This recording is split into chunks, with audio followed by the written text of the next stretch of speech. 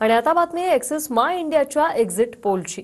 एक्सिसच्या exit पोलनुसार 288 जागांपैकी 178 ते 200 जागा महायुतीला मिळण्याची शक्यता आहे। एक्सिसच्या एक्झिट पोलनुसार महायुतीला स्पष्ट बहुमत मिळण्याची शक्यता आहे, तर एक्सिसच्या एक्झिट पोलनुसार 288 पैकी 82 ते 102 जागा मवियाला मिळण्याची शक्यता आहे।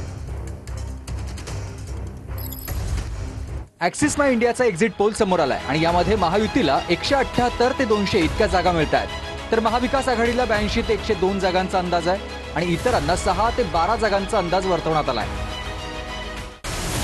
एक्सिस माय इंडिया एक्झिट पोलनुसार मुंबई शहरात 36 जागा आहेत आणि त्यापैकी महायुतीला 22 जागा आणि महाविकास आघाडीला 14 जागा मिळण्याचा अंदाज आहे, तर अपक्षांना 0 जागा मिळणार आहेत। कोकण आणि ठाण्यात 39 जागा आहेत, यापैकी महायुतीला 24 जागा तर महाविकास आघाडीला 13 जागा आणि इतरांना 2 जागा मिळण्याचा अंदाज आहे। पश्चिम महाराष्ट्रात 58 जागा आहेत, यापैकी महायुतीला 36 जागा आणि महाविकास आघाडीला 21 जागा तर इतरांना 1 जागा मिळण्याचा अंदाज आहे। उत्तर महाराष्ट्रात 47 जागा आहेत आणि या ठिकाणी महायुतीला 38 जागा आणि महाविकास आघाडीला 7 जागा मिळणार आहेत, तर इतरांना 2 जागा मिळण्याचा अंदाज वर्तवला जातो आहे।